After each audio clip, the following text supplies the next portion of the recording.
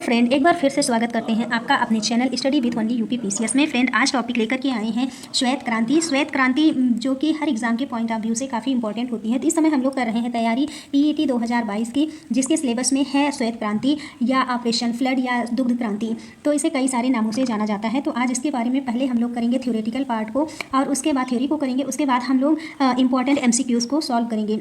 आज हम लोग ये सॉल्व करेंगे कि इस टॉपिक से जुड़े हुए कितने सारे प्रश्न एग्जाम में बन सकते हैं या हमारे एग्जाम में आ सकते हैं। तो संपूर्ण जो है श्वेत क्रांति के बारे में जितने भी प्रश्न बन सकते हैं उन सबको आज यहाँ पर प्रैक्टिस सेशन में हम लोग सॉल्व करने वाले हैं। और इस बात की गारंटी है कि इससे ज़्यादा इस टॉपिक से कोई भी प्रश्न नहीं बन सकता है। और पूरा पढ़ने के बाद हम इस योग्य हो जाएंगे कि हर श्वेत क्रांति से जुड़े सारे प्रश्नों को हम लोग सॉल्व कर सकें। तो आइए हम अपने वीडियो को शुरू करते हैं। पहले जानते हैं श्वेत क्रांति के बारे में। श्वेत क्रांति भारत में प्रारंभ हुई थी 13 जनवरी 1970 को और इसका समापन काल था 1996 में। श्वेत क्रांति के जनक थे भारत में वर्गीज कुरियन जी। और श्वेत क्रांति का मुख्य उद्देश्य था दुग्ध उत्पादन में वृद्धि करना। श्वेत क्रांति के प्रमुख चरण भारत में 3 चरणों में भारत में श्वेत क्रांति हुई थी। 1970 से 1981, 1981 से 85 और 1985 से 96 में इसका तीसरा चरण चला था। तो इस तरह से हम लोगों ने जाना। अब इसे विस्तार से जानते हैं। श्वेत क्रांति क्या है और इसे किसने शुरू किया था। तो वर्गीज कुरियन जी श्वेत क्रांति के जनक हैं। उन्होंने देश में दुग्ध उत्पादन करने वाली सबसे बड़ी कंपनी अमूल की स्थापना की थी। अमूल के चेयरमैन उस समय थे वर्गीज कुरियन जी। ये एक्सपेरिमेंटल पैटर्न पर ऑपरेशन फ्लड आधारित था। इस कारण से इसे NDDB national dairy development board का चेयरमैन इन्हें बनाया गया था। वर्गीज कुरियन जी को नेशनल डेयरी डेवलपमेंट बोर्ड का चेयरमैन बनाया गया था, जिसमें हरित क्रांति 1970 में शुरू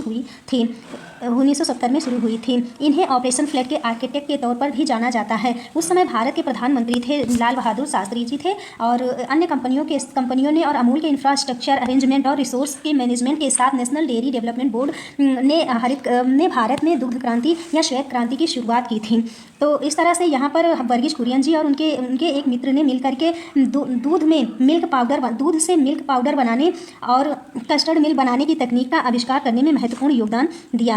अब दुग्ध कृषि क्या होती है या डेयरी उद्योग या दुग्ध उद्योग क्या होता है। तो ये डेयरी उद्योग कृषि उद्योग की श्रेणी में आता है। पशुपालन से जुड़ा हुआ एक लोकप्रिय उद्यम है, जिसके अंतर्गत दुग्ध उत्पादन, उसके प्रसंस्करण और खुदरा बिक्री के लिए कार्य किए जाते हैं।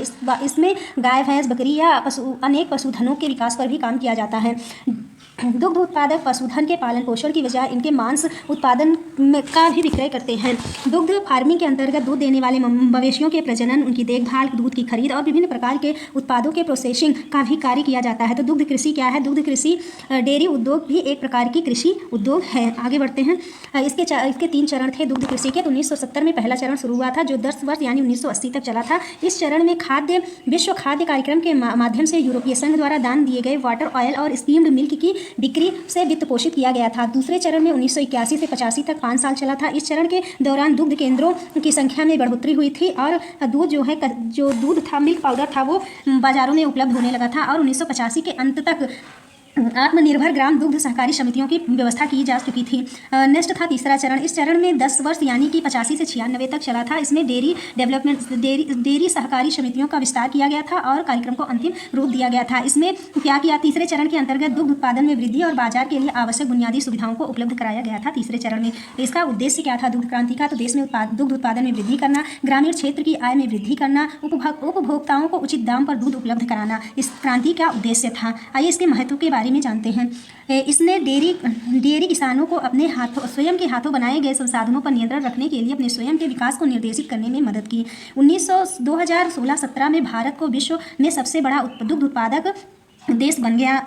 तो वर्तमान में भारत विश्व में सबसे बड़ा दुग्ध उत्पादक देश है, जिसमें वैश्विक उत्पादन में भारत का प्रतिशत 22% यानी 22% है। बढ़ते हैं नेक्स्ट की तरफ। तो अब हम लोग जान चुके हैं, यहाँ तक में हम लोगों ने जान लिया है कि दुग्ध क्रांति या श्वेत क्रांति या ऑपरेशन फ्लड क्या होता है, इसके चरण कितने हैं, इसको शुरू करने वाला कौन है और भारत में इससे क्या लाभ हुआ, ये सारी चीज़ें जान ली हैं। अब हम इससे जुड़े MCQs को सॉल्व करते हैं। आइए देखते हैं कि आप इन MCQs में आपके कितने प्रश्न सही होते हैं। तो पहला प्रश्न है श्वेत क्रांति संबंधित है, तो दुग्ध उत्पादन से संबंधित है श्वेत क्रांति। सेकंड है मिल्कमैन ऑफ द इंडिया के नाम से जाने जाते हैं। वर्गीज कुरियन जी मिल्कमैन ऑफ द इंडिया के नाम से जाने जाते हैं। इन्होंने ही भारत में दुग्ध क्रांति की शुरुआत की थी।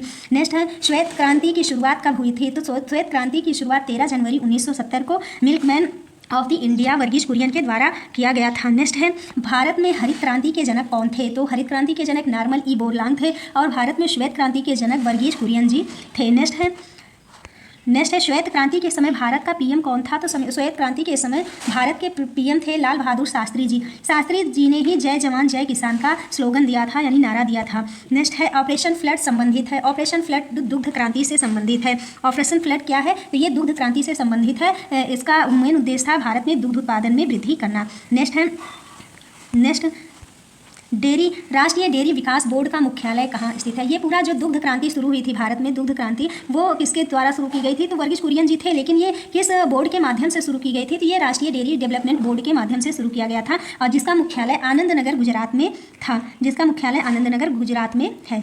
Next, national dairy development board की स्थापना कब हुई? राष्ट्रीय डेयरी विकास बोर्ड की स्थापना कब हुआ? तो ये हुआ था 16 जुलाई 1965 को डेयरी डेवलपमेंट बोर्ड की स्थापना हुई थी। 16 जुलाई 1965 को डेयरी डेवलपमेंट बोर्ड की स्थापना हुई थी। नेक्स्ट है, अब हम जान लेते हैं डेयरी डेवलपमेंट के बारे में। डेयरी डेवलपमेंट बोर्ड की स्थापना 16 जुलाई 1965 को हुआ था। इसका उद्देश्य डेयरी उद्योग को बढ़ावा देना तथा ग्रामीणों को रोजगार उपलब्ध कराना।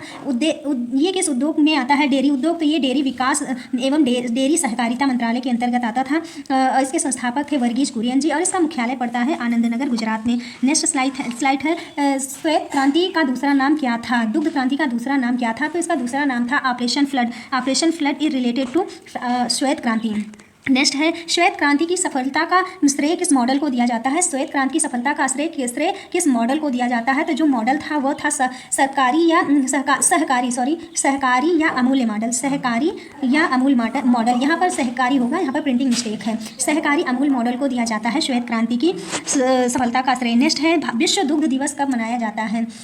तो वर्ल्ड मिल्क डे कब मनाया जाता है? तो ये मनाया जाता है 1 जून को, 1 जून को मनाया जाता है विश्व दुग्ध दिवस। नेक्स्ट है, श्वेत क्रांति की शुरुआत किसके द्वारा की गई थी? तो नेशनल डेयरी डेवलपमेंट बोर्ड के द्वारा श्वेत क्रांति की शुरुआत की गई थी। नेक्स्ट है, श्वेत क्रांति, भारत में श्वेत क्रांति कितने चरणों में हुई? तो भारत में श्वेत क्रांति 3 चरणों में हुई थी। 10 साल, 5 साल और फिर 10 साल के लिए हुई थी। भारत में राष्ट्रीय दुग्ध दिवस कब मनाया जाता है? नेशनल मिल्क डे कब मनाया जाता है? तो ये 26 नवंबर को राष्ट्रीय दुग्ध दिवस मनाया जाता है। विश्व में दुग्ध उत्पादन में भारत का कौन सा स्थान है? दुग्ध उत्पादन में भारत का विश्व में कौन सा स्थान है? तो पहला स्थान है। दूसरे स्थान पर आता है डेनमार्क। पहले डेनमार्क प्रथम स्थान पर था, लेकिन दुग्ध क्रांति के बाद डेनमार्क दूसरे स्थान पर आ गया है। अब हम देख लेते हैं विश्व में टॉप 5 दुग्ध उत्पादक कंट्रीज कौन कौन सी हैं। तो इंडिया है, इसका उत्पादन जो शेयर है वर्ल्ड में 114.4% का जो इसका शेयर है।